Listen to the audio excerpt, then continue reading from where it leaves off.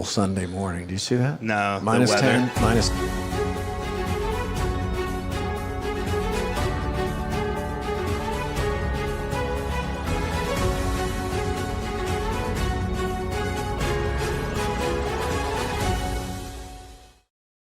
How bad the weather, at least you're not Sharon.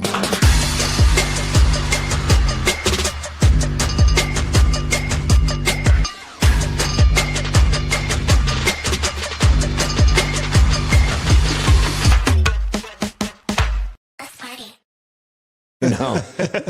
Niang popped Murph and Andy Show is brought to you in part by Ramsey Subaru, home of the toughest, most reliable cars in the world and the people who back them up, on Hickman Road in Urbandale. Done.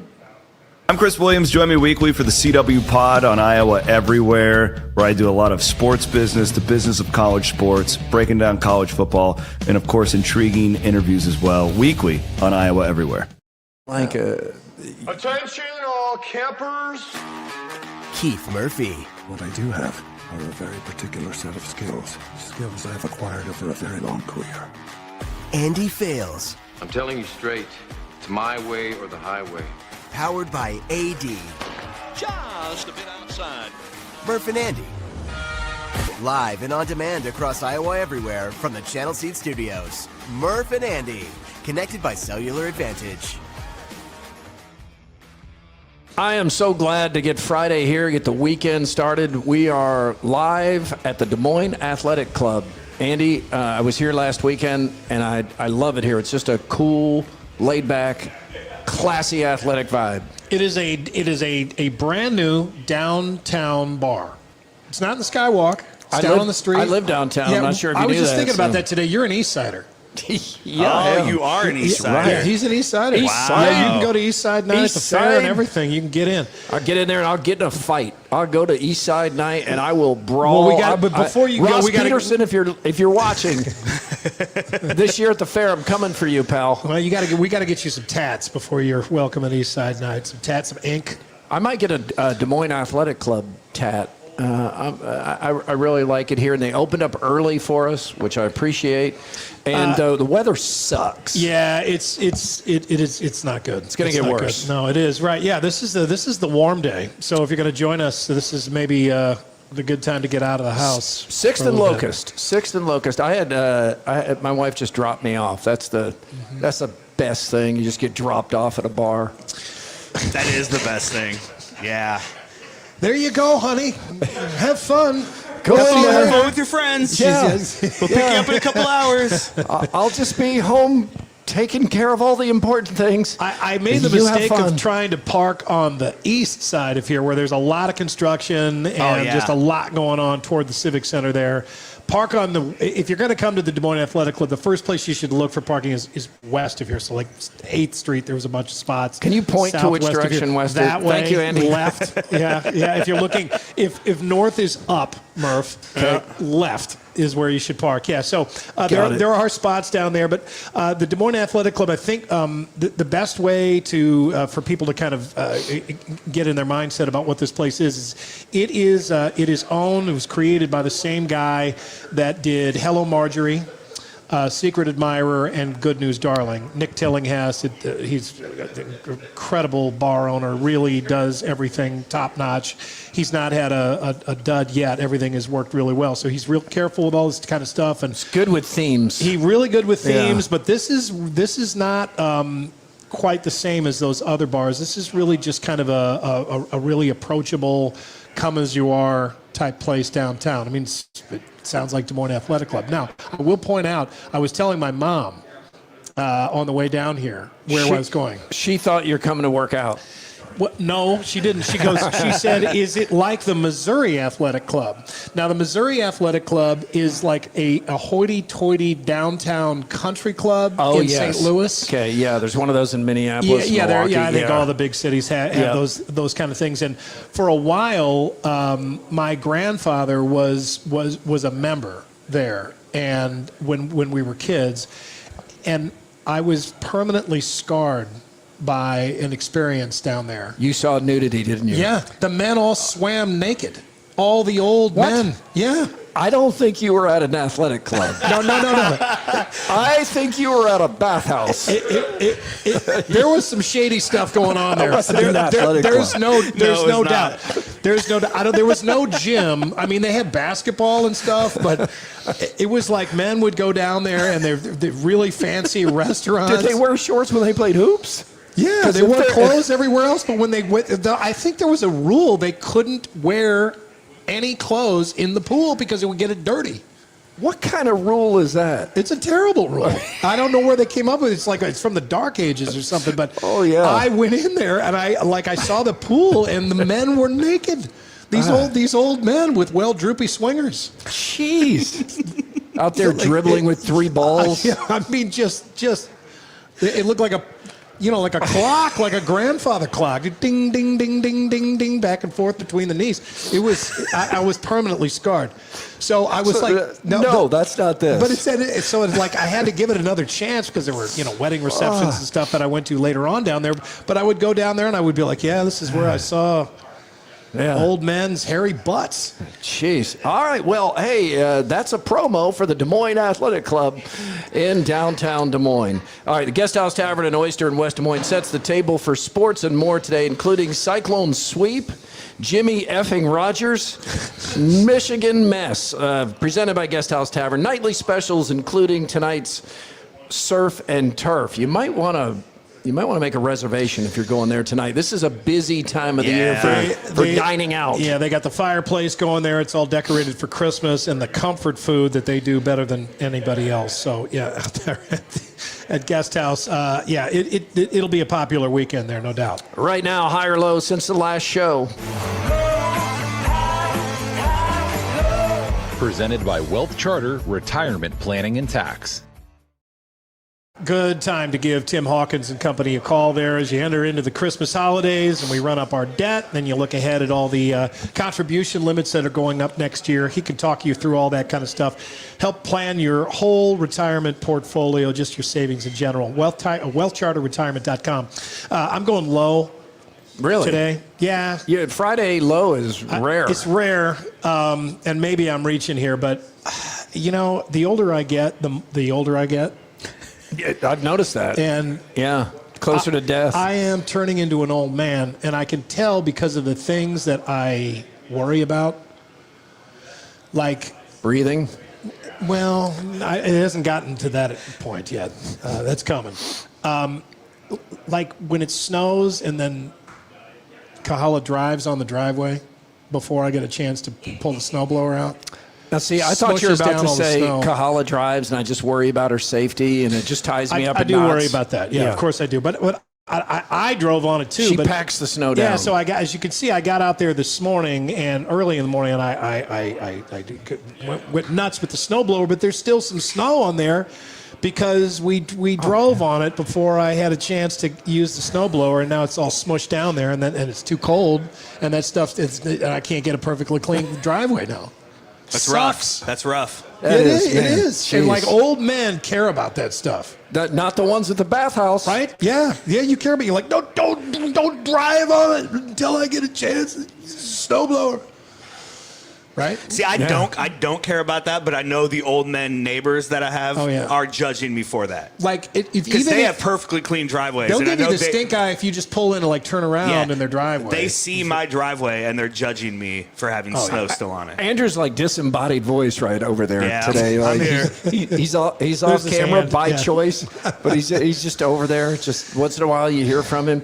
I'm going high and low. I'm going to start with a high, and the high is from the moment T.J. Otzelberger and Ben McCullum shook hands last night. You're like, man, these are two really good basketball coaches and great representatives for their universities, their teams. We know them both. They're both good dudes.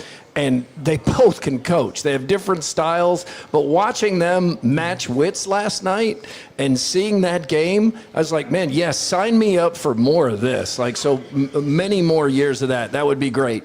That's the high part of it. I did like the sincere handshake approach with them. Yeah. I mean, you could tell that they really did. I mean, they respect each other. Yep, I think and they like each other. I mean, for a moment, I had a little bit of concern that, TJ might crush and break his hand, and that McCullum might have to coach the rest of the game in a sling because, TJ's out there with one of those handshakes.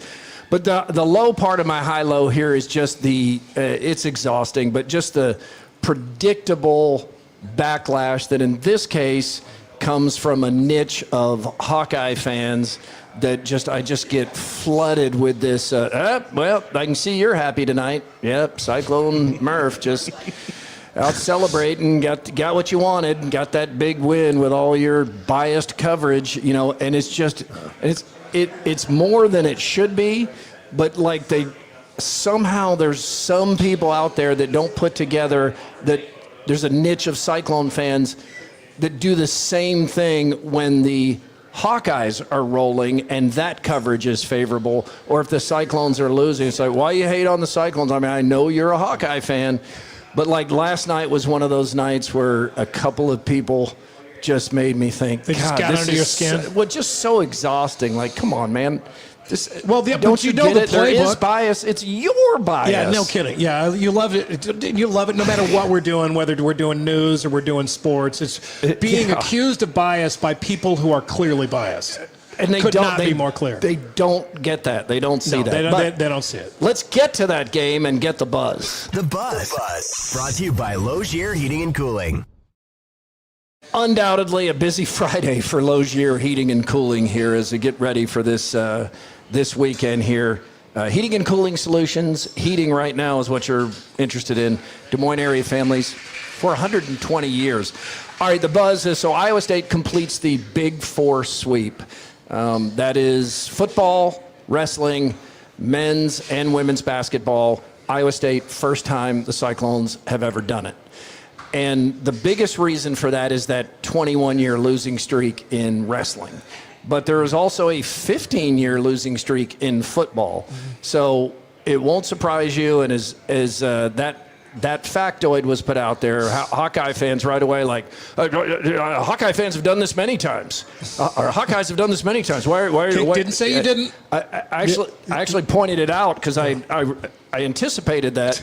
So when I put the fact out there, I said, Iowa has done this many times, most recently in 2019. Yeah, when you don't like the facts, blame the person presenting them at all times. Iowa has done it, but this was a big deal for the Cyclones to do this for the first time. And also won the volleyball match, which is another high-interest, growing sport of interest. The Hawkeyes have only won women's soccer so far this year. So Iowa State has already clinched the Cyhawk series, which when you lose that, you say it's stupid and it doesn't matter. And how's Iowa State's baseball team doing?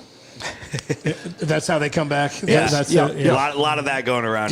I was like, how impressive is it that Iowa State has done this in a year where Iowa has good to very good teams in all four of these sports? That's an important point because this is not like down year for Iowa football, down year for men's basketball. It's a coaching change year for men's basketball, but I think it's a different era there, and we understand that Ben McCullum has brought over his Drake Bulldogs to be the Hawkeyes this year. But yeah, and I think I remember us talking about this back when we were on the radio show about whether we ever thought this was possible for Iowa State because it just didn't ever seem like they were going to be able to win the wrestling meet. Right.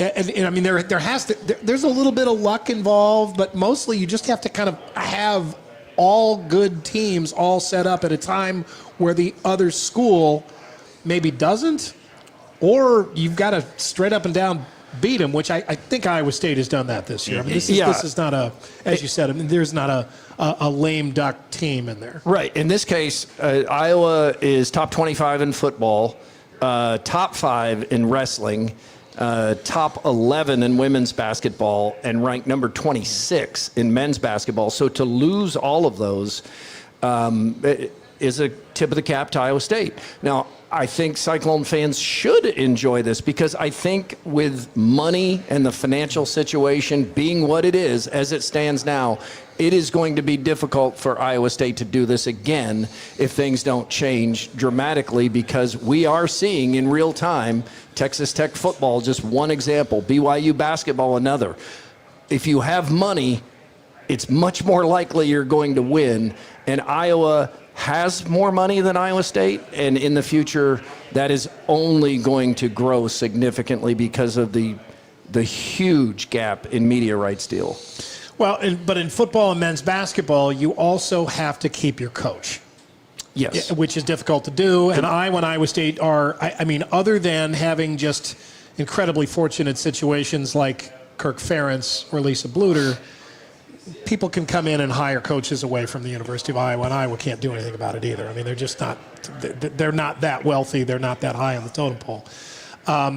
So you've really got to, you've got to keep a coach that the players want to stay for, that want to come to and stay for, and then you've got to have the money to get the players to that coach. Yes. So, I mean, you do have a number of balls in the air at all times these days. So it's not as simple as it used to be, where there was just a good coach, the tradition, that was it, right? I mean, you've done well in the past, and players came and played for those, and then, you know, I guess they were powerful enough they could bend the rules. And at Iowa State, we know exactly how much money each coach has to spend on NIL. Jamie Pollard said this Monday at a press conference, or not a press conference, just a meeting with reporters. I'm not sure how the coaches feel about that, because those are things that people would like to know, but they don't know. But like, it's $13 million for football.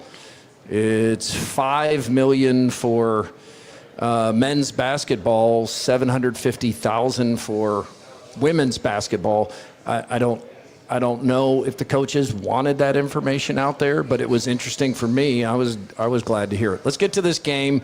It played out in some ways like many of us expected, in some ways not. I thought this would be a double-digit Iowa State win, especially coming off that win at number 1 Purdue, a 23-point win at number 1 Purdue. But I also expected Ben McCollum would have a game plan that would try to make this closer than maybe it should be, and he did, and man, it worked in the first half. It is bleeding the possessions down to a few seconds on the shot clock, playing smothering defense, and Iowa at one point had a 13-point first half lead. They played well. I mean, they looked like Drake, because they were Drake's team for the most part. Get over it, man. Come on. That's totally true. That's completely true. You just the gotta best move players on the floor were all Drake Bulldogs Koch last year. was out there. He was playing all right, but it was. I mean, Isaiah Howard's first half was incredible. Yeah. I mean, he had so much energy, and how refreshing was it for Hawkeye fans to see a team that was playing fueled, defense? Well, I mean, fueled by defense. Yeah. Not just playing it, but like having fun doing it and getting a jolt out of having success on the defensive end of the court. I mean, they really were just having a blast doing that and pumping up each other. They were, you know, I mean, Iowa State did not shoot well at all in the first half. They were terrible. But a lot of that was because Iowa was just all over them. And it's also, I mean, is Bennett Sturtz the best point guard that we've ever seen in Iowa? Oh, will he be this year? I mean, who are his? Who else would you compare him to? Well, I mean, he's Jamal Tinsley was great. That's at Iowa State. Iowa. B.J. Armstrong. B.J. Armstrong. Yeah, well, that's going back to the 80s. No, you're going back. Yeah, you're going back way to before me. You're going back Andre to Tom Woolridge. Davis. Yeah, Andre Woolridge. Okay. Still before you? Well, I'm saying that we've ever seen. Well, I saw those. Yeah. You're going back to No, Tom you Davis. didn't see him when you were here. Andre Woolridge? Was he here? Then when Yeah, you were yeah. here that long? Damn. I'm sorry. We don't need ageism at the Des Moines being Athletic nice. Club. I'll turn this place into a bathhouse. Just whip it out. I mean, you know, he's just got it going, but I mean, he is. I mean, the point guard for Iowa, drawing double teams consistently. I mean, that's refreshing, and it's funny to see just the manic defense out of the other 4 players on the team, and he plays really good defense too. But they're running around with their heads cut off, and Bennett Sturtz is just as cool as the other side of the pillow. I mean, he's just chill. But they did get him out of his normal game a little bit, especially, oh my gosh, what a freshman. Killian Toure He's a true freshman, quick. and he's so good. And there were times, I think the thing I noticed the most from Sturts, because he almost always plays the full 40 minutes, he was tired. You don't usually see him looking tired, but there were a couple of offensive possessions where he just took off and rested because he was so tired. But they need him out on the floor, so he stayed out there, but he still made some big shots. He picked his spots. He didn't have his usual game, Bennett Sturts, but he made a couple of shots. But let's get back to just how the game flowed. So Iowa at one point has a 10-0 run in the first half. And thank you, David Warrington, WHO 13, for this video, for those of you watching.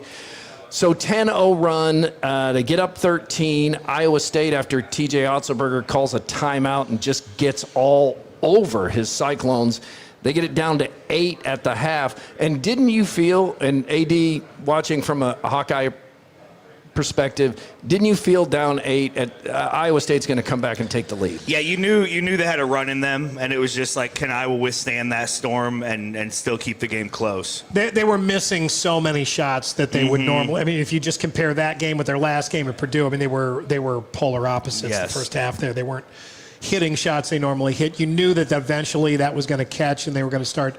I mean, thank God for Josh Jefferson's first half. I mean, they were really been. Yeah, he's so versatile. So good. He's taking his game up a notch. Yeah. So I mean, I came in at halftime, and you're just like, yeah, I think Iowa State's going to be able to close this out, and you were right about that. But I mean, it took some hard work in the second half because Iowa didn't relent. Iowa State just figured it out. The most impressive thing to me about the Hawkeyes is that Iowa State went on that 16-0 or so run in the second half, and that's where you would expect the Hawkeyes to just pack it up as they've done in the past. They did 2 years ago. Iowa State had that big run, and Iowa just packed it up. They did last week at Michigan State.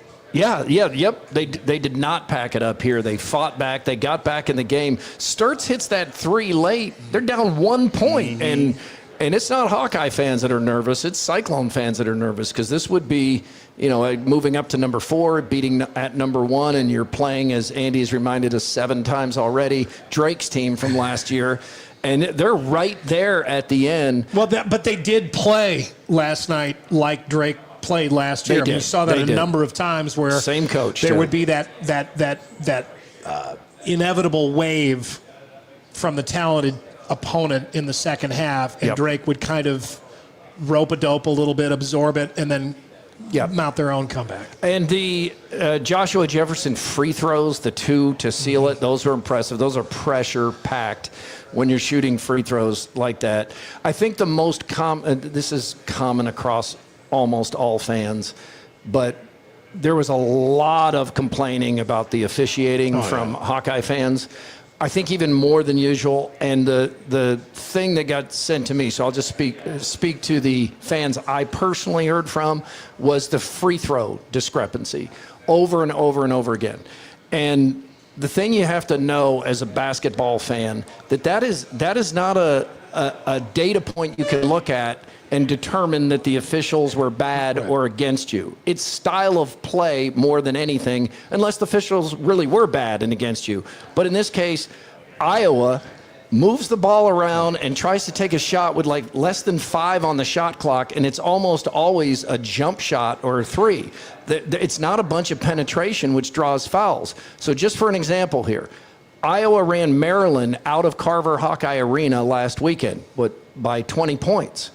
In that game, Maryland shot 38 free throws.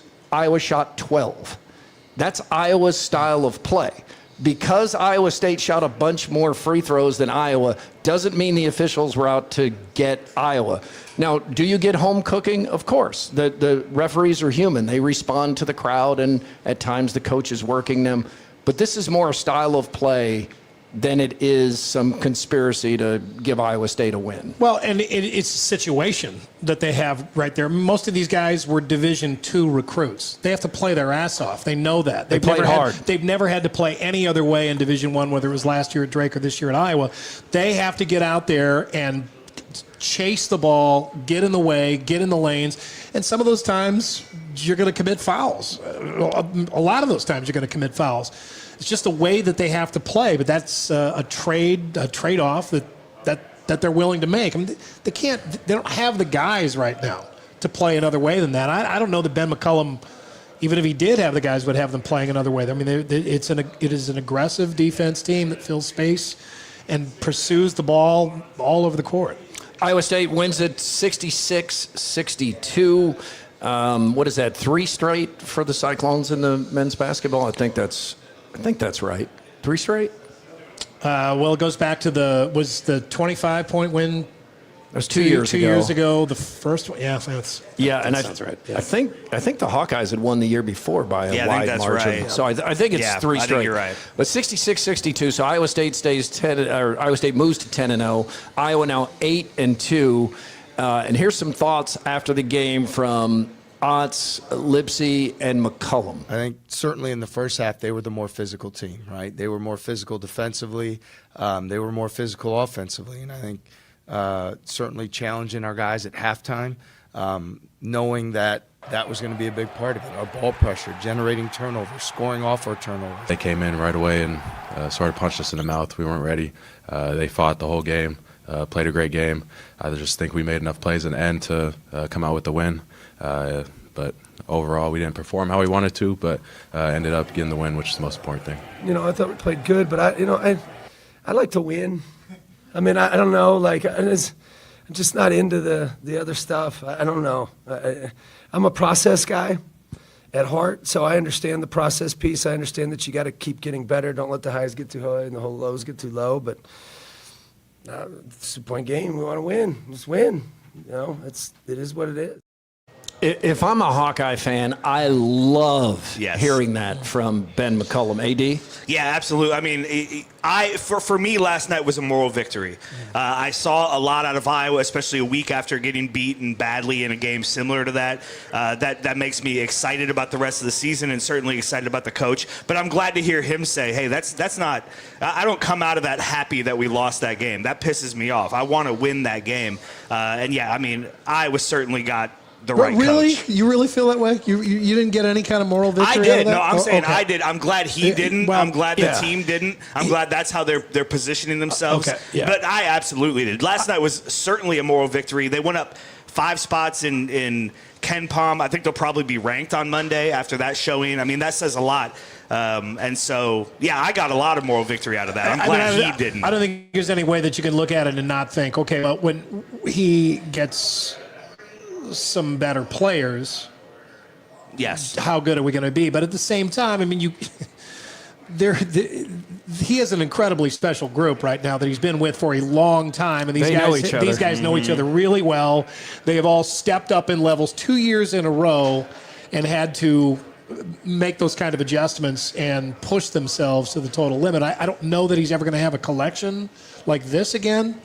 And Bennett Sturtz may end up being an all Big Ten first-team player, and I don't know that you're going to get that again. You can't guarantee that you're going to get that again. But, at the same time, I mean, it just kind of logically, you look at this and you're just like, it's his first year. Yeah. He gets a few more players, and what can we do? Yeah, we're 10 games into the McCollum era, and they looked that good in that spot last night. And AD, that, again, just to remind you what you saw from the Hawkeyes last night, because I probably – really unfamiliar to you. That's called defense. Oh, okay. Yes. That's what happens when you don't have the ball? Yeah. Weird. It does now. Interesting. McCollum, and I've given him so much praise because I thought he would have a game plan that would keep them in it, and he did. But also, credit to TJ Otzelberger and his staff. They adjusted at halftime, came out and went on that big run, and then McCollum adjusted again. They were matching wits there, and it was fun. He did match wits. I mean, the defensive effort on Iowa State's, and I mean, even the first half, I mean,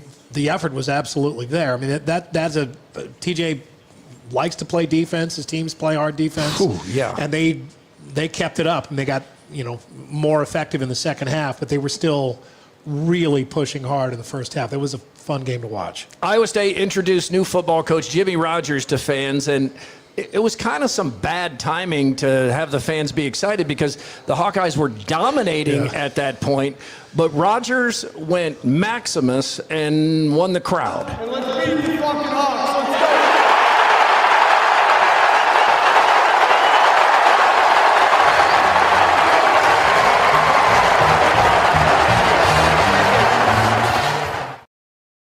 Bam. What did he say there? That You is want to hear it again? Yeah, play it again. That Let's beat the fucking Hawks. Let's go. is so loud. He just went there. Did you hear the roar? Oh, well, yeah. And Iowa State went on a huge run. Did we did we hear any complaints? Oh gosh, yeah. There are a lot of Hawkeye fans that can't believe that anybody would be this unprofessional in front of children. That's not what I thought you were going to say, but that's better than what I thought you were going to say. Well, now, this is a family atmosphere that we have here in Hilton Coliseum. Don't you like when people say that? You're like, what?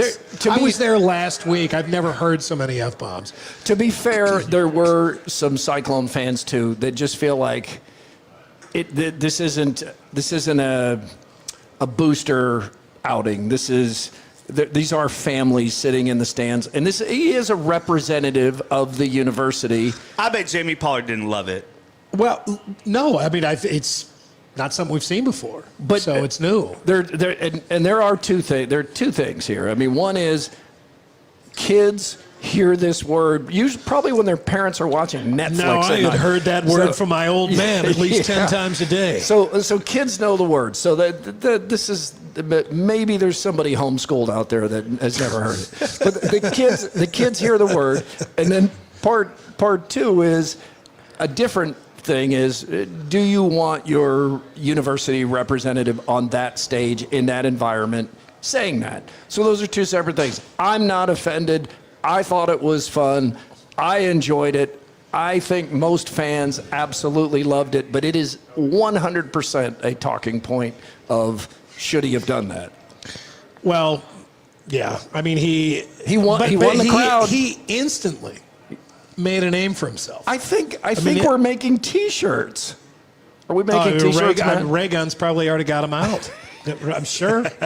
You can as you walk home today, Murph, you can stop in and look. Yeah. I mean, it's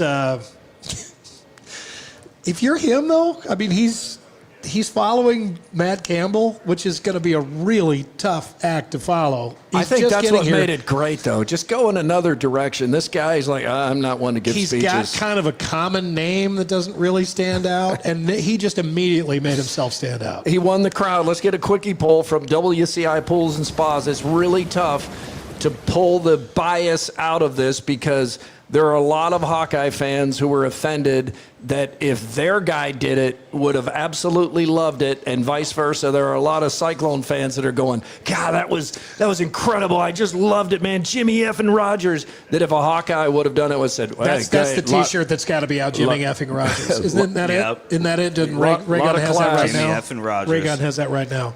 Jimmy effing Rogers saying, let's beat the effing Hawks to the Hilton crowd was more awesome or inappropriate? More is the key word here. To me, it was more awesome. People ate it up. He immediately won over some fans, showed he's not Matt Campbell. Matt Campbell would never do that. Matt Campbell cusses as much as anybody I've ever seen on a sideline, but that's not at Hilton Coliseum. I mean, you know what locker rooms and sidelines are like. They are... If you're profane oh zones. My gosh! Oh my God! Watch the non-family version of Hard Knocks. The F word is used more than the and word. Yeah, and everybody in that building was like, I wonder what kind of guy Jimmy Rogers is, and now they're like, oh. I think I know. Now we know. He's not just some generic-looking guy with a generic name. Yeah. He's a guy who swears in front of hundreds of kids. Oh, my God. Yeah. But even for me, like that, it was awesome because I hated it as a Hawkeye fan. Like I now don't like that guy. And that's how it should be. I should not like Iowa State's head football. I had no opinion on him a day ago. Now I don't like him. That's how it should be. Yeah, but were you offended? No. Andy, more awesome or inappropriate? My kids do hear that word. It's more awesome. I mean, he just immediately planted his flag. I like that. It's not something that. It's something that is. It shocks us because we haven't seen it before. It's something that we would not have seen from. I mean, I could see Dan McCartney doing that, though. I mean, I really could. Couldn't you? I mean, now. Now. If Now McCarney came out there, he's reached the age where he doesn't care. If McCarney hears that, of which I'm sure he has already, probably called and him. he comes out to Hilton Coliseum next, and he's called out to speak or something, he's absolutely dropping an F-bomb. Dan McCarney made paint peel with profanity. He was an artist. Yeah, he was like the old man in Christmas Story. He was incredible. But the one thing I am certain of, it's that there are Hawkeye fans who were really offended and thought this was inappropriate. They would have loved it from their guy. And there are Cyclone fans that are going, yeah. And there are Hawkeye fans that would have been calling out Iowa if they had a guy doing it. Yeah, and there are Hawkeye fans that are saying, man, I wish our guy would do that. That was AD. Yeah. He just did it. All right, interact on YouTube, on X. It's Murph_Andy. The email is Murph_Andy at iowaeverywhere.com. Andy, have you been to the iowaeverywhere.com mailbox yet? We're a year and a half in. No. It's all powered by Cellular Advantage. 35 regional locations, proud partner with U.S. Cellular since 1993, and now with T-Mobile as well. All right, so Iowa State, let's go back a few days here. Iowa State and Iowa women also had a good one. This was, I think it was a 4.5-point Iowa State favored spread. It was tied at the half. And then Iowa State goes up 17. And again, much like the men's game, you could expect at Hilton Coliseum many teams to check out at that point. What was going on with this kid in the Cleveland Browns jersey? I don't know. We'd have to ask John Sears. This is John Sears' video. Yeah, this guy right there on the right, he's got the Cleveland Browns. Not a Cleveland Browns jersey? It is. He's in the dog pound. But that doesn't make sense. Where's the dog pound?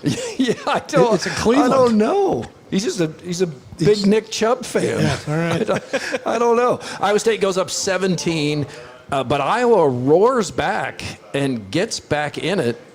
And the difference in the game is Audie Crook. She had 30 points and 10 rebounds. But it's a script, though, that you'd seen before, and I think Iowa State fans had seen before, like, oh, man, here we go, we're going to melt it, we're going to lose this thing here. Yeah, like Nebraska football against Iowa. The women had been ahead and lost some games, melted down, but not this year. No, Iowa was really, really, really good in this game. I mean, they had a really good, Audie Crook said, I got to stop calling her Audi. Yeah, because that's how you say the car. Yeah. But her name is Audie. Audie Crooks had she had 30 points, but for some, it still looked like Iowa had a good plan to defend her. But if you could defend that soft lob over the head of the first defender, so tough. It's so hard against her. If you can figure out a way to do that, and we've seen other teams do that, Stanford, the NCAA tournament. I mean, you deny that, and you can really neutralize her. And they did a pretty good job of that, but she was still good enough for 30 points. I mean, this was another, I thought, kind of a moral victory for Iowa. I mean, they played really, really well, scared the hell out of the Cyclones. Jan Jensen was really happy, I think, with her team, fired up on the sidelines. She was. It was a really good game. And Chit Chat Wright can she's play. God, she's yeah, good. she's really good. You can't be forgetting about her on the perimeter. What a great nickname. You could tell the announcers are just like, Chit Chat, Chit Chat. No, Chit Chat, Chit Chat. Sometimes she's on the bench and they're just saying Chit Chat. It's hard not to say her name. Audie Crook shot free throws at the end when it was clear that ISU was going to win it. And here's Audie and Bill Fenley and Jan Jensen, unrelated to the free throws. This game was really important to me and my family, specifically my dad. My dad and I would always watch this one together. And Coach Fenn's dad passed a few years ago right before this game, or maybe it was a day or two after, so him and I just had kind of talked. And when I was going up to shoot the free throw, he pointed up in the sky and said he's watching, and I just couldn't hold it in. And I missed the first one, so I couldn't see. But, that was just a special moment that him and I shared, and this one was definitely for him. We talk about there's people looking down on us, and her father was a huge Iowa State fan, and they talk about this game. And when she went up to the free throw line, I looked at her and I went like this. And, sometimes those are moments that she'll remember that a lot. And her father meant a lot to her as far as basketball is concerned. And I think it was a heck of a game. I mean, I know it was all the third quarter to me. So you can choose to look at the third quarter and just be really disappointed about it. But I mean, there's going to be a lot of teams that come in here and that happens in the third quarter and they don't get a fourth quarter like we had. So I'm really proud. That is a great team, Iowa State. And they had a lot to do with it, but we had a little bit to do with it too. Yeah, absolutely. Love Jensen's comments there too. She's right. You can tell she is proud. Those are good showings against really good teams by Iowa this week, and I'm sure Hawkeye fans don't feel like that's consolation after losing, but so back to Bill Fendley. So he screwed her up then. Yeah, he right. made her He cry. screwed her up. She couldn't see through her tears. Come on, Coach, Bill. save those comments for after the game, right? You can talk all about that. You made her cry. She couldn't see the basket because of the tears in her eyes, and she missed the first free throw. Yeah, that's going to hurt her free throw percentage.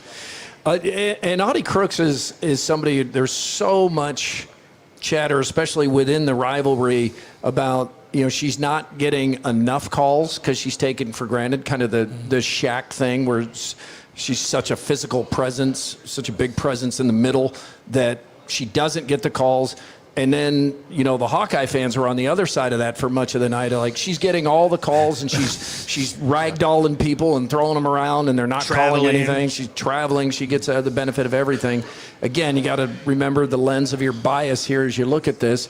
But she is such a unique player inside that I'm sure it is challenging for the officials to figure out how do we do this, and you just want them to be fair and consistent. Yeah, right. I mean, she goes up for a ball against somebody else that's not as big as she is, and they can go flying. They can go flying. Yeah, right. And it looks like she fouled him, and she's playing clean basketball. I think she's going to go down as the most beloved Iowa State women's basketball player ever. Yep. She is. I mean, she's going to. She might be there now. Yeah, she's going to have a number retired. It's not just because. Clearly, it's not just because of her numbers. I mean, she's an Iowan, just clearly a sweet, loving, generous person. Great interview. Great interview. Everybody loves her personality, smiles a lot. Everybody wants her to endorse their products. I mean, she is she's just an ace from every perspective for Iowa State. But at the same time, this is a team right now this year that has an opportunity that they've got to cash in on. I mean, this team needs to go places in the tournament. Yeah, they are quite a bit better overall than last year. The potential is there. So a couple of good teams here. That's good. It is time now to find out what's bugging you. Hi, I'm Tom Coates. If what's bugging you is your credit card debt, please call us at Consumer Credit of Des Moines. Since 1987, we've helped over 100,000 people, and we can help you. This is Katie calling from the 515, and here's my Friday rant. There's too much money in college athletics. We could do so much more good for our country and fellow citizens with the $54 million or $73 million from the Kiffin and Kelly buyouts. With that said, so help me if Matt Campbell leaves ISU to go to Penn State and work for Pat Kraft because they are offering more money and fancier resources. I like Campbell and will be happy for him if that is what he truly wants, but I am praying today to the almighty butter cow that he stays. Go Clones. Hey guys, it's Eric Adam from Clive. What's bugging me is Josh Pate claiming to be an Iowa State fan. Josh, from the bottom of my heart and for Cyclones everywhere, kiss my ass, brother. I don't know what Josh ever did to that guy. Oh, that's great. Speakpipe.com/Murph_Andy. Oh, wow. Good photos as always, AD. All right, so Penn State's coaching search looked like a debacle, but then LSU came in and said, hang on, we can make it look worse. Yeah, we can do it. We can have something that looks worse. And now Michigan is passing on the hold my beer to LSU and to Penn State. My goodness. And this is more serious because there's people's lives in play here, and it's sordid. Yeah, we have to take ourselves just out of the football mindset of this whole thing. I mean, it's really ugly. It's really bad. And you wonder, though, I mean, don't you wonder if Michigan had any kind of an idea, or what kind of an idea they had that this was all going on, and they were just trying to sweep it under the rug or turn the blind eye? I have taken most of the reporting on this from a guy who was on our show a couple of times, John U. Bacon. He's a really credible reporter. His last name is U. Bacon? Well, his middle initial is U, but yeah, his last name is Bacon. What kind of name starts with U? Ulysses?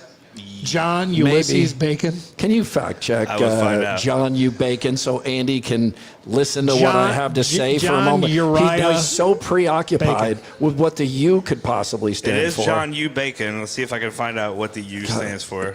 Put everything on hold here for a second, John Andy. Ulrich Bacon, named after the Metallica drummer. Just you. It's just you. As far as we know, it's just John U. Bacon. I mean, if Wikipedia didn't have the answer, I don't know who would. I don't know who would. Okay, so John Ulysses. Ulysses. Oh, you're really looking at this. You're trying to find it. I am. It's got to be John somewhere. Ulf Bacon. Oh, look, he even had a Q&A on his website. What does the U stand for? His answer was my middle name. So he's not telling anybody. This is a well-kept Bacon secret. He's that kind of guy. Well, if it's John Unitas Bacon, you don't hold back on that. That's pretty good. He's probably not old enough for that, right? Yeah, he's. I would say John U. Bacon is in his 50s. Anyway, John U. Bacon. He's a good reporter, and he is. He's written several bestsellers on Michigan and the Big Ten, but he is the guy. He has said that Michigan has been aware of these allegations that head coach Sharon Moore was having an affair with his executive assistant in the football office, that Michigan has been aware of these rumors for quite a while, like weeks or months. But when you hear something like this, there's the rumor and then there's the fact and what you can prove. And if Michigan is going to fire somebody, they want to have the facts. So as John U. Bacon reports, what happened is Sharon Moore, from the woman he allegedly was having an affair with, and by the way, it does matter that in this case, Sharon Moore is married with 3 daughters. So he's having the affair, allegedly, and she breaks it off, and apparently he doesn't take this well, and eventually she gets sick of it, takes all the documentation to Michigan showing that there was an affair, and it's enough documentation that Michigan then immediately fires Sharon Moore for cause. And that's key in these cases because the university is going to save $40, $50, $60 million, whatever it is, if they can prove cause. And in this case, it's looking pretty good for Michigan. So Sharon Moore, getting this news, goes back home. His wife is furious, according to John U. Bacon and the police. As you can understand, she would be more than furious of what his alleged mistress has done, goes to her house, takes a knife, puts it at his own neck, threatens to kill himself, and then threatens to kill her.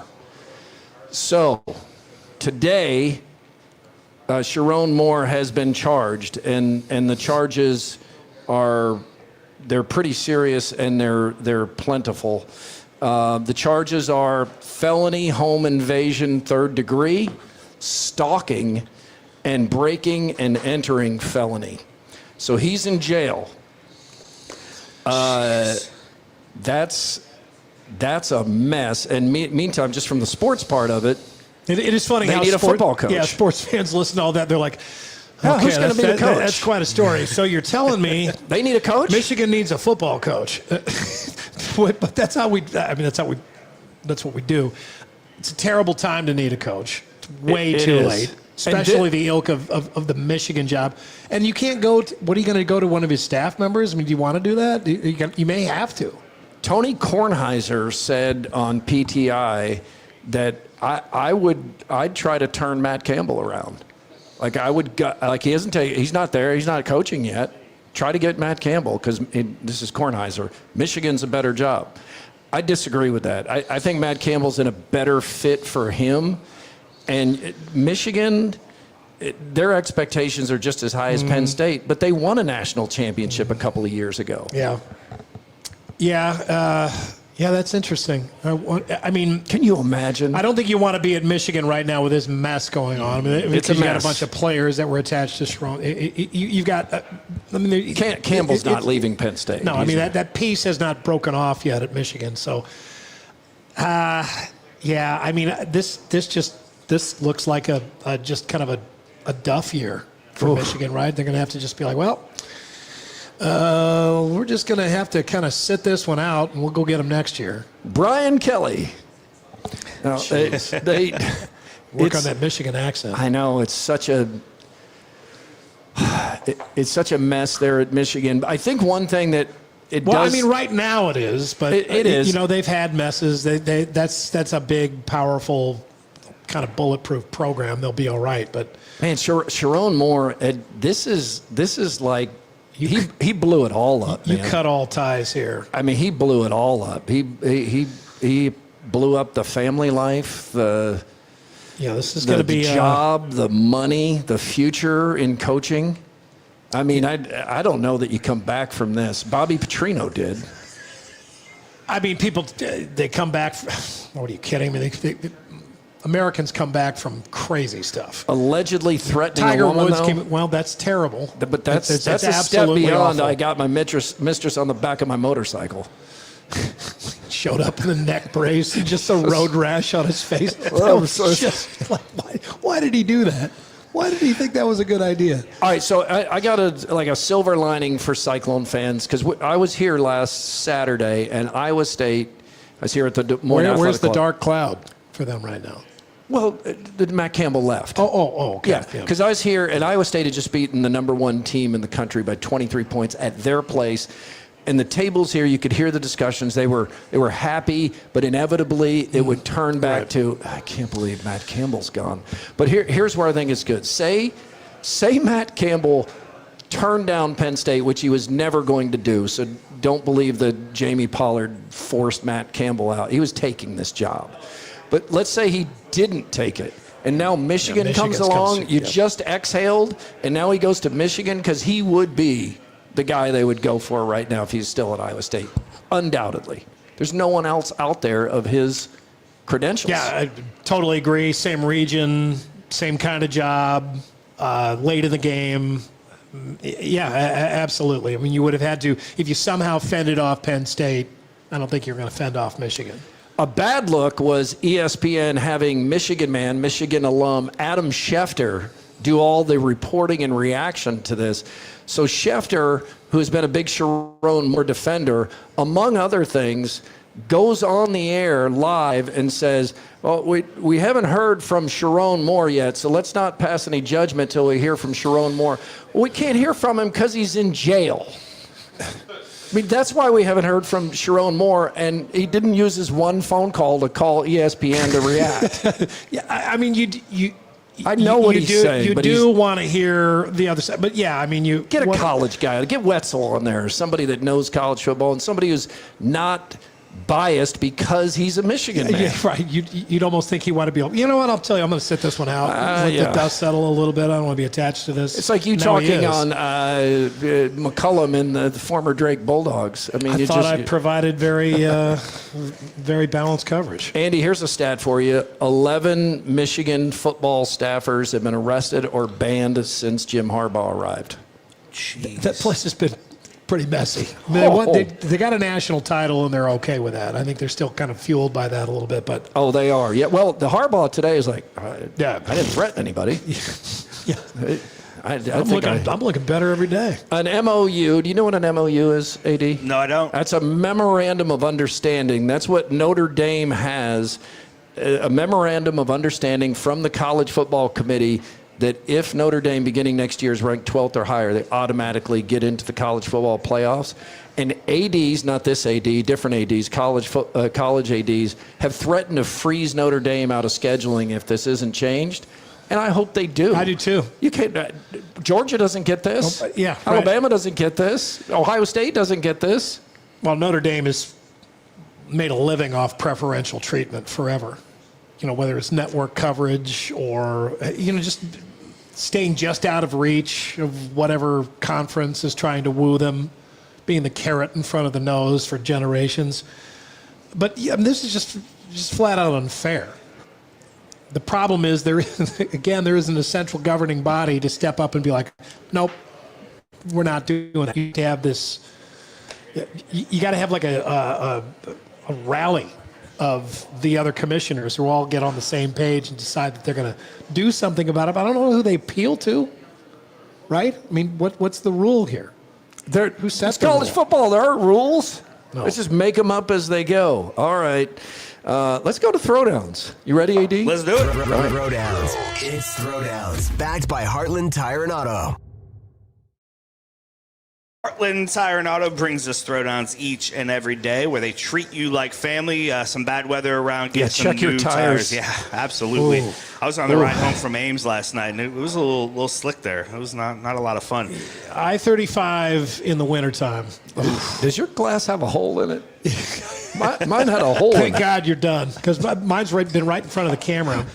People are like, Andy, slow down a little bit. Andy. All right, Andy, which happens first? The Iowa men's basketball team gets to a Sweet 16, or the Iowa football team gets to a college football playoff? Iowa men's basketball gets to a Sweet 16. I truly think it could happen. I still think it could happen this year. Get into the tournament. That's an easy one for me. I'm the same. I think it's Sweet 16 first, and I think it is possible it's this year. I wouldn't call it likely, but I think it's possible because of McCollum's coaching and because that style of play, as Iowa State experienced last night, can really throw a team off, and they could get somebody in the tournament that has more talent. All right, Murph, which happens first? The Iowa State men's basketball team gets to a Final Four, or the Iowa State football team gets to a college football playoff? Setting the bar a little higher for the Cyclones. That's a tough one. I know Iowa State has twice been in the Big 12 championship game, so that seems like the more logical choice. But I'm going to go with, as things stand now, the Final Four, because I think this team has Final Four potential, and I think it's going to be really hard for Iowa State to get back to the Big 12 title game anytime soon, in part because BYU and Texas Tech are throwing so much more money at football, and the team with the best players usually wins. Yeah, I mean, logically, that makes perfect sense that this is a team that could go to the Final Four this year. The problem is it just hasn't happened before. Mm-hmm. Right? I mean, there've been a lot of really good teams in the past at Iowa State. They haven't made it to the Final Four, so 40s maybe, 1940s. Yeah, it was just way back when there was the Final Four just meant you were in the top 25. So something like that. I don't know. I mean, it's possible that they can make the Final Four this year. It's not possible that they make the college football playoff the next 3 years. You pick the one that's closer? Yeah. All right, let's see. We're here at the Des Moines Athletic Club. Thank you, Matt Van Winkle, for the I got a beer before you guys did.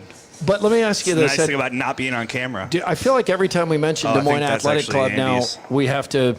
I think, we have to do like a disclaimer that it is nothing like the Des Moines Athletic Club that Andy was describing. The Des Moines Athletic Club, where everybody has pants on, and they have great cocktails.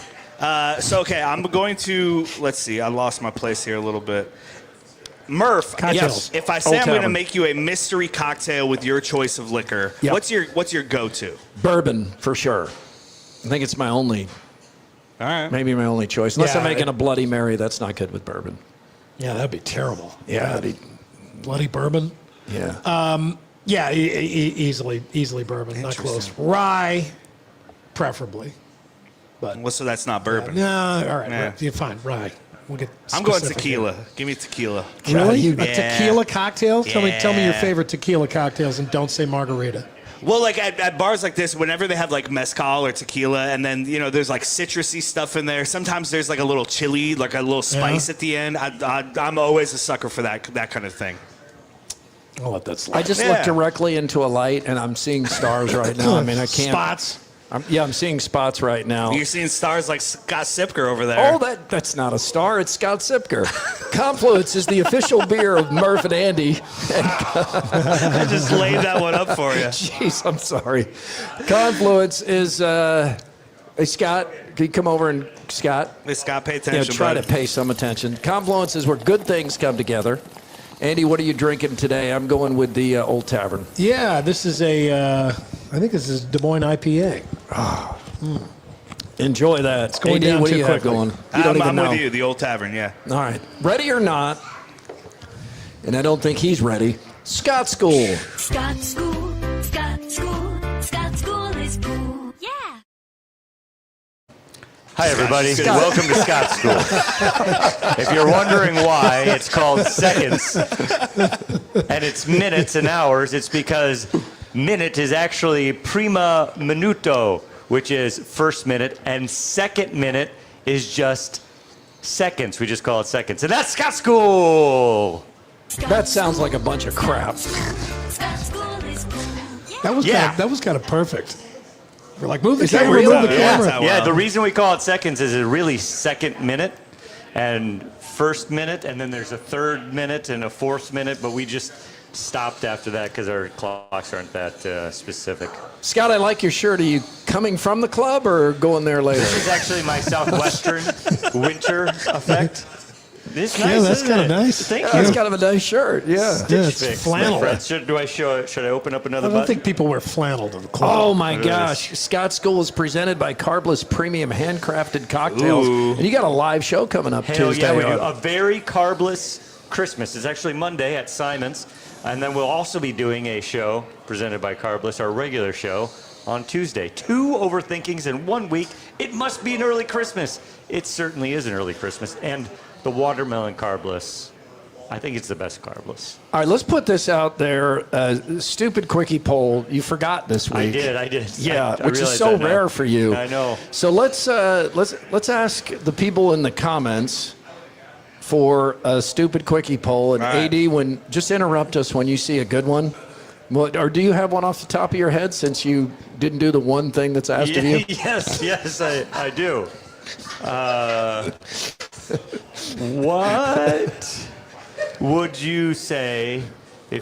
Would you smoke cigarettes if you were a vampire and you were living forever? Would you smoke cigarettes? Let's go back to the comments and see if we can. We'll see if somebody else has something better. Yeah, I'm sure somebody has something better. if you're Let's gonna get live some forever, more. you know. That's actually pretty good off Thank the you. top of your head. It's a Jason Isbell line. Oh, well, you It's stole that a from lyric, somebody. yeah. But wait, there's more. From Either Or Eatery and Patio. Our eatery and patio masquerading as tinsel these days. You just drive by the thing right now on your Christmas lights tour, but you're going to want to go in as well. Our boss over at 13 went with his wife this weekend. Yeah, Rob went over. Yeah, Rob on our said recommendation. They had a good time. Yeah, he did. I think he Said went it was- on a weeknight. said it was too. busy, too. Yeah, it I'm is. not It is surprised. busy right now. They will get to you. 6222 Grand Avenue, edge of Des Moines and West Des Moines. Let's start things off with a quick hit. We already got it. Best hairline. Let's go with Best that. hairline, Scott or McCullum. Best hairline, Sipker or McCullum? McCullum's hanging on to that little peninsula. I think that mine is better. I think Ben needs to shave it. I think I have just enough surrender. still. And it depends on the lighting. Like right now, this harsh lighting just goes through the cotton candy texture. But in most lightings, it's fine. The only reason I'm not on this poll is because it is buzzed. You see, you get a little graze on that. Hey, All right. new technology is coming out. Definitely by 2030, we'll have an ability to get our hair back, Murph. Just want you to know. Thank It you. might be earlier than that. It's like AI 20 hair. 20. No, real. The medicine has gotten so good. We figured it out. I could look good in the casket. AI hair. Yeah, you can. All of a sudden, Murph's lying in his casket, just got this full head of hair. Just like a chia pet. Yeah. By that point, would you want a full head of white hair? No. I mean, like, what's the Only point? Ed Wilson can pull that off. He has pulled it off. All right. Okay, let's start things off with a quick hit of the Austrian Men's Tongue Choir and their rendition of Moscow Nights from 1982.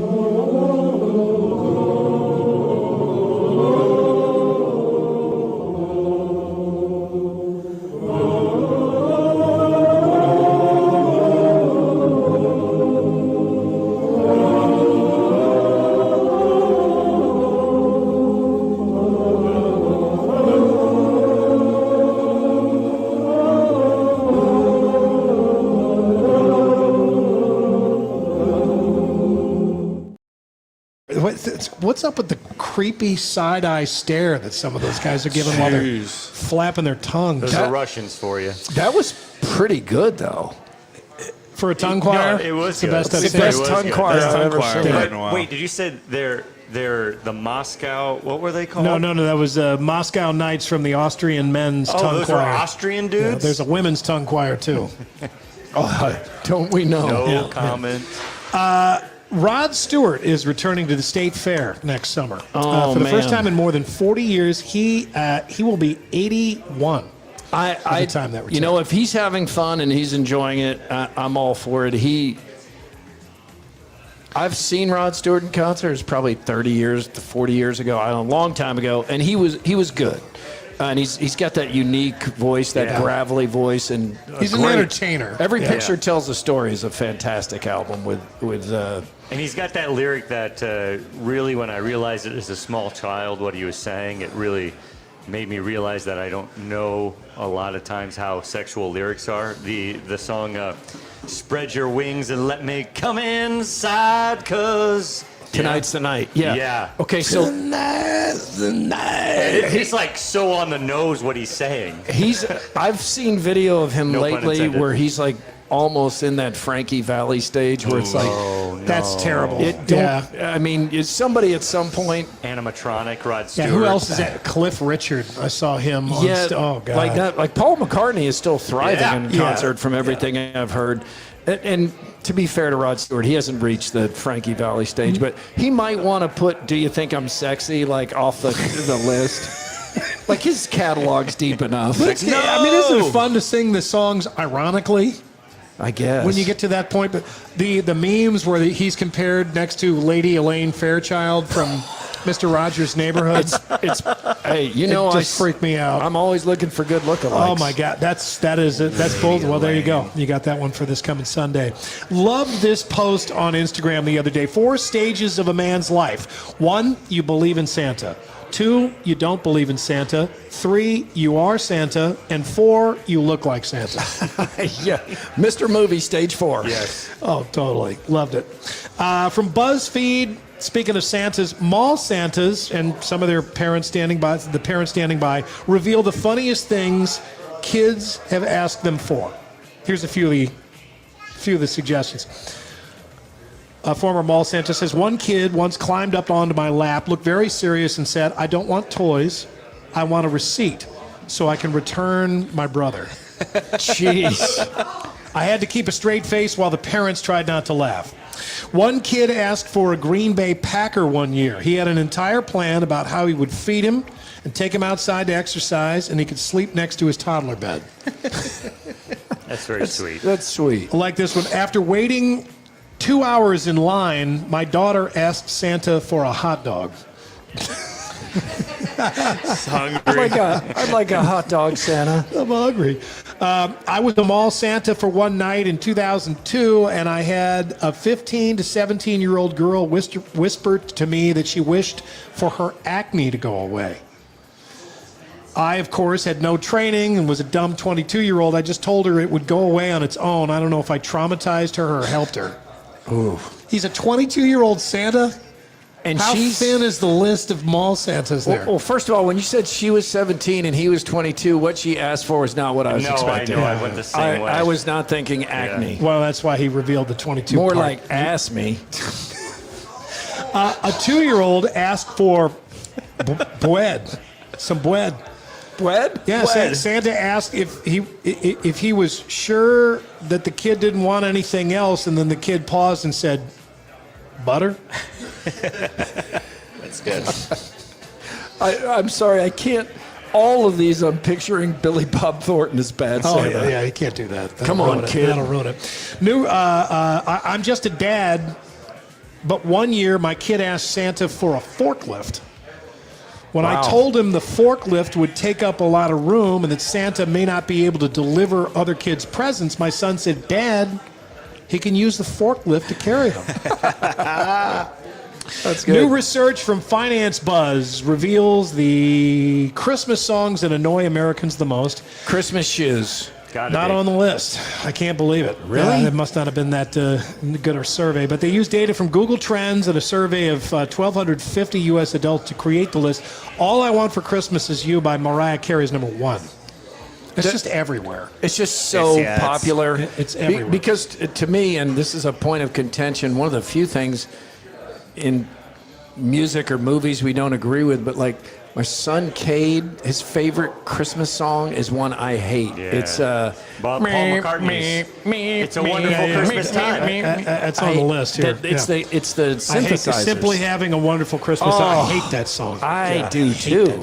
Don't disrespect the goat. Well, that's the worst thing a Beatle has ever done. No, come on. That's a terrible song. That's a good. That's a good marrying discussion. Yoko Ono was the worst thing Well, a Beatle ever did. that was bad too. But of the songs, what's the worst popular song that a Beatle ever made? Oh. I wasn't a fan of the Obi-Do, Obi-Da. Obladi, Oblada. You don't like that song? That's a great song. I don't like that song. On the White Some Album? of those George Harrison albums, there were some awful songs in there. But again, popular. Okay. Yeah, Obladi, Oblada is a great song. Simply Having a Wonderful Christmas Time is really popular. The Chipmunk song on the list. Yeah. That's a terrible song. Feliz Navidad by Jose Feliciano. I love that song. It's overexposed, I get it. These are all really popular. If you have a Taco John's near you, you hear it a lot.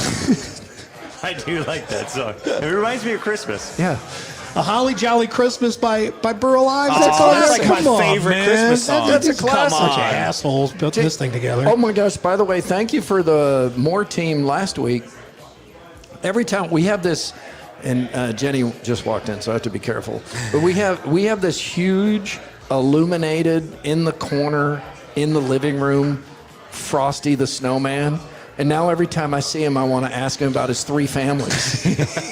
The actor that played Frosty the Snowman was just out there, I have so many questions. How did you do it? How exhausted were you? And why did you name every one of your sons Ralph? Yeah. How do you spin plates like that? How did he do it? I have so many questions. Talk to Sharon Moore, probably. In the latest move on the ongoing war against aggressive bears in Japan, they've had a problem lately. With bears. A robotic wolf that howls, growls, and flashes red eyes is becoming a surprise hit in Japan, where bear attacks have been on the rise.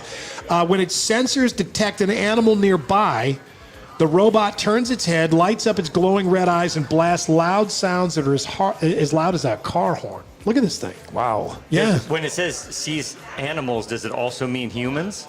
Like if it sees a human, I it's suppose it would work against that. That would scare the hell out of me. There are now 330 of these monster wolves set up across Japan. We had something similar here where at our old house, Jenny growing tomatoes and various things like you like to do, Andy. And, gardening. They call it gardening. Gardening. Thank you. So it's called gardening, I'm learning. So they rabbits or deer, like whatever, they just kept eating all of these. So Jenny read that you could get a relatively inexpensive raccoon red eyes that shine, and a coyote, and put it in the middle of this. A raccoon or a coyote? Coyote. Different things. It's coyote eyes, and it startled me every night I'd drive home. But the animals never touched the vegetation again. Wow. It worked. It was like Those Apocalypse animals Now. Yeah, Colonel Kurtz goes in there and just they're just neutralizes like red. the threat. They just keep, and it would run on solar power, Wow. and the red eyes just kept blinking. Don't need those anymore. I guess that was sold on Facebook Marketplace while you moved to the townhouse. Or you just leave it there. We just left the eyes there. Yeah, we did. So anyway, there's that wolf thing. From the files of commercials you couldn't stop watching, we bring you this one. It's a...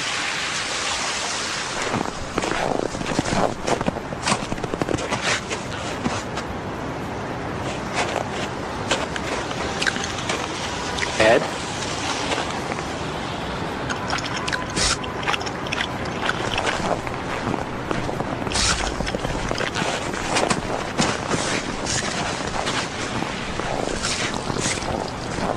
There's nothing like an ice-cold Miller Lite. It's Miller time. Oh, that's good. I didn't know where that was going. Dribbling the Miller Lite across the snow. Looks like pee. Those guys stop and they eat the yellow snow. In Portland, Oregon, the biggest donor of toys to The Dome Becker Children's Hospital in Portland each year is not a school or a news station. It's strippers. What? Yeah, it's an annual event called Tits for Toys for Tots. It's raised $183,000 worth of toys over the past 14 years. My gosh. Oh. What's the name? Tits for Toys for Tots. I think they wanted to just say Tits for Tots, but that's not really what happened. Last year alone, it brought in about $38,000, which organizers used to go on a massive shopping spree at a local toy store. Good. How did Michael Scott not think of this? This is great. Oh, that is brilliant. He could have maybe paid for those kids' college that way. That's so kind. Oh my That's God. so nice of the strippers. It's brilliant. All right, finally, we'll close with this. This is Tara. She's got a lot of things, a lot of hair, a lot of fun, and a lot of single. I would describe myself as a clamshell. I'm kind of closed off at first. Don't worry, once you get me open, there's a pearl inside. I am looking for real, true love and somebody who is unconditionally mine and doesn't talk to a lot of other girls on the phone at night. I also love being on boats. If you have a sailboat, I'm going to marry you. If you have a sailor's mouth, though, watch it. I can't take you home to my mother. She's religious. I want children, yes. I love taking care of animals, so I think I will love taking care of kids. I don't believe in love at first sight, so if I see you and I feel a spark and we hit it off right away, I think that we need to get to know each other better. My best qualities are I'm a good listener, like to laugh. So if you want to be funny and tell me a funny story, I love to laugh and I love to have a good time. Just don't tell me anything too sad because I just don't really like to go there. The key to a good relationship is trust. If I'm out with my friends at a movie, you have to trust that I'm really there and not out dancing at the Rainbow Room. My most prized possession that I own is a pearl ring that my mother gave to me. It was a gift from her first husband, who is not my dad. It reminds me of the ocean, and I love the ocean. Oh my gosh. Andy, what are the percentages that Scott ends up dating this woman? Anyone got her number? This is from the 80s. She's an old lady now. Oh, That's yeah, all too right. old for me. Yeah. Yeah. You got to be born in the 80s. Oh, my goodness. All right, so Scott, That's your more, everybody. Thank you, Andy. Well done. Before we move on, I want to get your take because the Iowa Nice Guy videos are everywhere and they're perfect for the. You were ahead of your time. Thank you. With the stuff. Really got romantic this week. Really romantic about college football. The Iowa Nice Guy is. Thanks. Yeah, it goes back and forth. There is some nice romance to college football. It's also this place.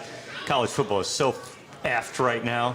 God. So first of all, where for anybody who doesn't know, how do you find the videos? Iowa Everywhere is got the full episodes, and then I will break them down into little vertical videos of 3 minutes or less. Because we all have short attention spans. That's exactly right. Yeah. And so like this week, I always encourage people to watch the full episode because I go on for like 5 minutes against Notre Dame.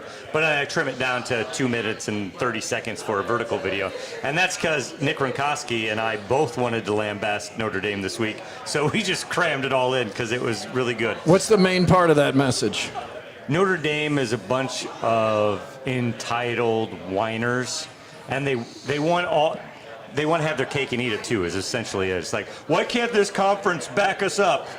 We don't want to be in that conference, though, but we want all the benefits of that conference. And also, it's not very Jesus-y of them to decide, you know what we're going to do when times get tough? We're going to take our ball and go home. What would Jesus do? Not that. Not that. Not no. that. We created a nice AI image of Jesus punting a football on the Sermon on the Mount. Okay, now you're right there on the edge. And then, but my favorite, because we worked on it for a couple weeks, knowing the Army-Navy game was coming up, just was able to do a great. I think I'm just very proud of how the Army-Navy video turned out. And that will come out, the vertical video will come out tomorrow morning before the game, and you will see George Washington riding a Tyrannosaurus Rex, holding dueling fireworks with a bald eagle and chainmail sitting on his shoulders. Good. That sounds like a popular shirt. Yeah. A lot going on with that shirt. So with the Iowa Nice Guy and the videos you put out, just a couple more thoughts. Jimmy Rogers, what'd you think? I thought his use of the F-bomb legitimately was really good last night. I am somebody who's a big proponent of the F-bomb when it's used sparingly and with intent. Hell, I've built an entire career off of using it in a way that was, I think, well-timed with the opening line from Iowa Nice. So I think you know something about Iowa. Fuck you. And, it's, I think that's and the cool thing about Jimmy Rogers now, because we didn't know anything in this week's video, is who the hell is Jimmy Rogers? I thought he was the father of country music. Is that Jimmy Rogers now, between now and when we hear from him probably in August, this is the one thing people are going to talk about. This is how you become a folk hero before you even get to coach a football game. So I think it was a wise move. It seemed like it was genuine and not thought of before the moment, which is why I think it played well, because it really did seem like he just didn't know what else to say in that moment. He said after the fact, he kind of blacked out when he went up there. he almost didn't even realize you he can had said imagine it. how nervous that guy is. Yeah, he's not a polished speaker. Nope. He said he has resting bitch face. Yes, and he does. And he does. He's had quite a start, hasn't he? Yes. And you're right. I mean, he instantly gives himself like a calling card before anybody really knows anything about him. They're already. I think most people are liking it. And the thing is like, and this is something I've learned throughout my life and my career, is that if you don't define yourself, someone else will. And I think he did a good job with the F-bomb last night of starting to define himself. And what I know you try to hit Cyclones and Hawkeyes. So what's your Hawkeye report right now, or are you going to switch over to basketball and like Ben McCollum? No, Modelo is signed up for sponsorship through the national title game. So my goal is, I thought it was going to die down this week because I only had Army Navy, but then it did pick up obviously, and we've had a lot more influx of Cyclone interest. Didn't have anything to say really about Iowa this week, but the one thing I am working on is that there's got to be a positive to these teams who actually hold together at this moment where you don't have a bunch of opt-outs, and that continuity carrying over to the next year, I feel like is going to be an advantage, even against schools that have more NIL money. So I've been tinkering with that, and we'll see what we come up with. And shout out to Nick Ronkowski. He's my co-writer. He is the funniest person I've ever met. And watching him write in the Google Doc that we have, because it's live, and it's just like ding, ding, ding, ding, ding, ding, ding. It's hilarious. Backspace, and then ding, ding, ding, ding. And I'm sitting there on Sunday, like just like pulling out my hair. It takes me 3 days to write my half. It takes him 15 minutes. It's incredible. He's a witty dude. He's so talented. He's got the gift. He is a really talented guy. All right, Scott, we're going to slide you out and let you go. Michael Admire came by. Also, this place is great. Come out to the Des Moines Athletic Club. This place does it have a good vibe? I love this place. This is cool. The wallpaper is fantastic. People have been kind of commenting on the wallpaper behind you guys. It's got to be custom. Well, this guy could answer those questions for us. Let's find out. This is so Nick Tillinghast. This is his place. I think many people that frequent bars in Des Moines know you by your other bars. That sounds like if you don't finish the sentence, it sounds like he's just a guy that's just in a bar. Yeah, just a local bar fly. Yeah, you know Nick. You're kind of a bar butterfly, though. I mean, you move around all your different bars. That's kind of unique about you. You own this 4 bars now, and you walk to all of them every day. I do. Yeah. I purposely put them in the locations where I can move to each one easily, just for that very reason. I live in this particular building, the Equitable Building, so I'm right in the middle of all 4, and so my teams can see me at any time. So you had your eye. What did you want out of this space down here? You've kind of had your eye on it. Yeah. No. I've focused on cocktails bars over the last 10 years. And I've lived in this neighborhood, and I thought we were missing just like a little neighborhood hangout where it was not, we can still do cocktails, but I'd rather you sit and have a beer and watch a game. And you don't have any TVs in any of your other bars. First borrowed TVs, and I learned that that's very expensive to put in pretty quickly. It's more expensive to do a sports bar than a cocktail bar. To show the games, that's where and just the audio visual that comes with it too. It's the sound and the because you're sound on during games that people care about. Yeah, absolutely. I am an Iowa State grad. I grew up an Iowa State fan, and so that's kind of been the focus thus far. You're having a good season. Yeah, no, this last Saturday for the Purdue game was a lot of fun. But yeah, no, it's. I wanted it to be low lit, almost like my cocktail bars, but then less fussy. Your other bars, Hello Marjorie in the old Des Moines Register building, and Good News Darling right behind that, kind of the speakeasy. And then down south of the courthouse, you've got Secret Admirer. Correct. I think that people that frequent downtown bars know all of those bars really, really well, and they've done a great job. How have you done a great job? What do good bars have in common? No, I think I focus on atmosphere first. Obviously, I care about what's going in the glass, but I want to differentiate a little bit with how I design things and make it interesting to look at. If alcohol is the only thing that you're getting out of my spaces, I have failed you, because I want it to be a third space. If you don't even drink, I want you to want to come and hang out here. Yeah, I like that. We have a friend here, is here now who doesn't drink, and looks like he's having a good time. Yeah. How did you learn a lesson that I feel like a lot of well-intended bar owners don't have? And I don't want to call anybody out, but there's a bar and restaurant in our neighborhood where we used to live. We were so disappointed because when we walk in, it's like they didn't know what it wanted to be. It was like part sports bar, part high-end cocktail bar, part Italian restaurant, part brunch, but the photos on the wall didn't even matter. It was so many. It's still open, so I'll be but there's so many things going on at once that it doesn't know what it wants to be. So when you pick a theme, how do you do that? It's honestly something I see in a bigger market. You can learn a lot from New York City and Chicago, and just going and seeing places that really focus in on things, because there's so much competition, so you have to be really good at what you're doing. And I don't do food. I get criticized a lot for that, but it does allow me to focus in on other things, and I think that's where we've won a little bit. But we're hoping that someday a food partner will come next door and make this a true sports bar. You've got to kind of set up for that. Yeah. So we have a window in the space next door, and we're actively looking for somebody to take it to do a food concept. The other side is what's the sandwich shop called? Potbelly. Yeah, Potbelly. Yeah. And for example, on Saturday when we were open early for the Iowa State game, there was probably 20 people that got Potbelly and brought it over, and that's totally fine. Bring in outside food, please. Yeah. The other thing that's unique is you have, they're cocktail bars, so the bartenders are very, very talented, the mixologists. Yeah. You've managed to have kept the same guys for quite a long time. Josh McAlexander, who works over at Good News Darling, I think is the best mixologist in all of the Des Moines Metro. He's amazing. But you kept him and all the others for a long time. What is the secret to doing that? Because there are other bars out there that are trying to cherry pick those guys all the time. Yeah, no, I think with Josh specifically, we knew we had a diamond in the rough there very early.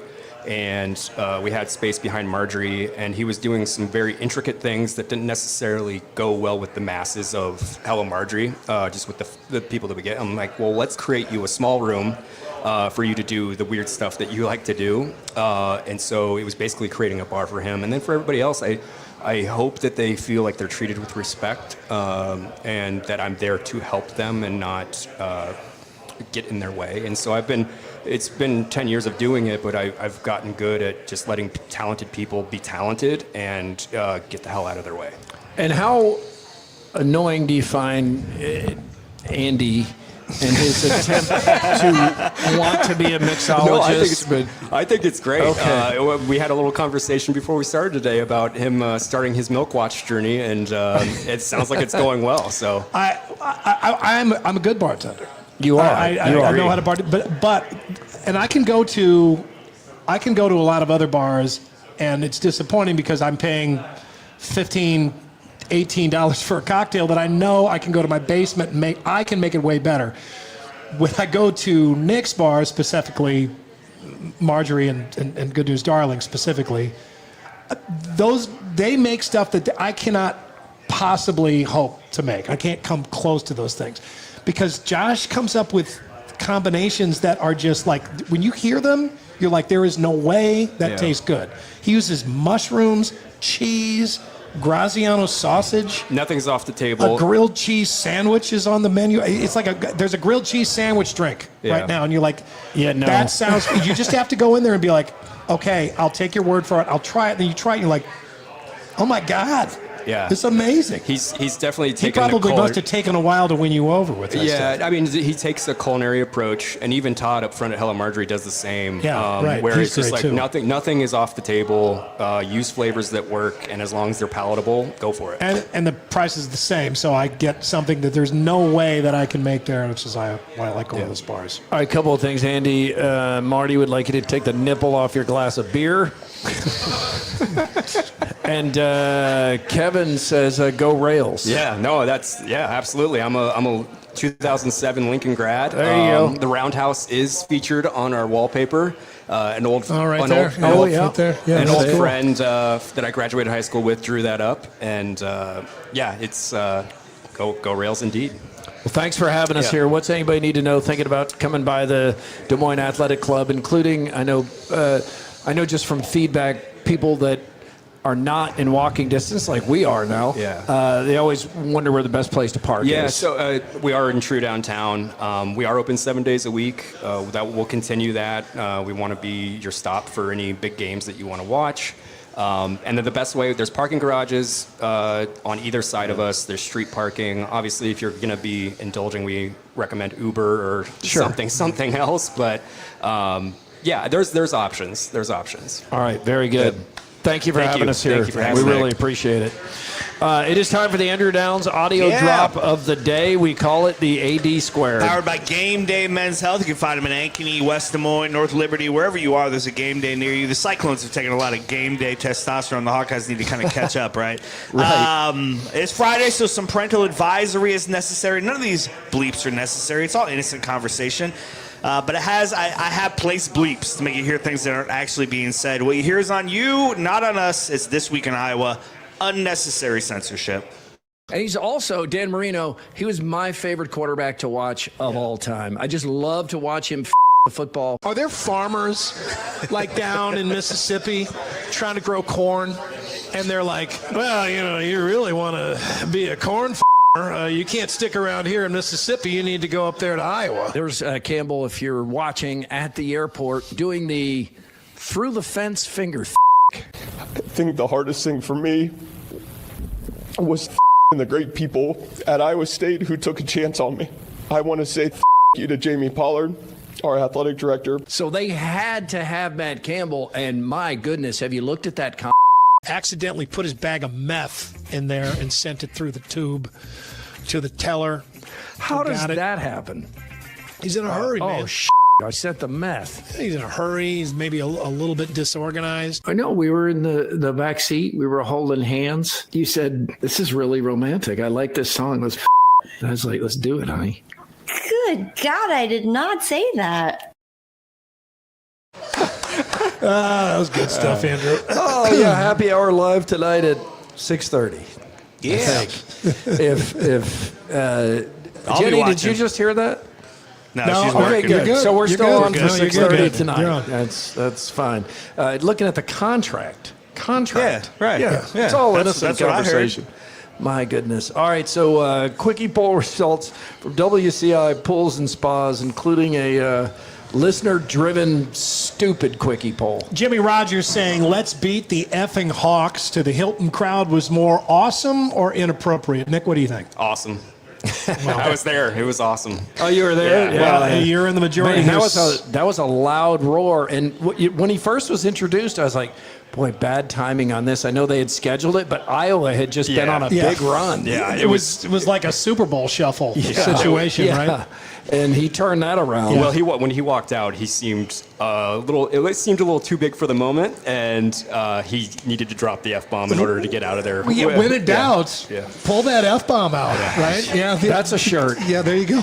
70% say awesome, 30% say inappropriate. Moving on now.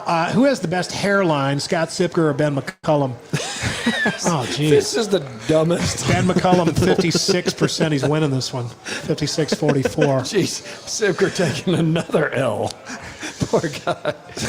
My gosh. The hairline. I think that's objectively wrong, too. Ben McCullum needs to shave whatever he's got going up in the give front. up the peninsula Yeah. there. He does keep it pretty buzzed. He does. Though. He does. He's not doing a comb over. Well, but remember, like Scott Drew for a while. Yeah. He hung on. It was a singular patch. It looked like the flag of Turkey. It was like the crescent hair with a star on his forehead. Oh, all right. Well, thank you to Des Moines Athletic Club. Thank you for it was fun to be here. Yeah.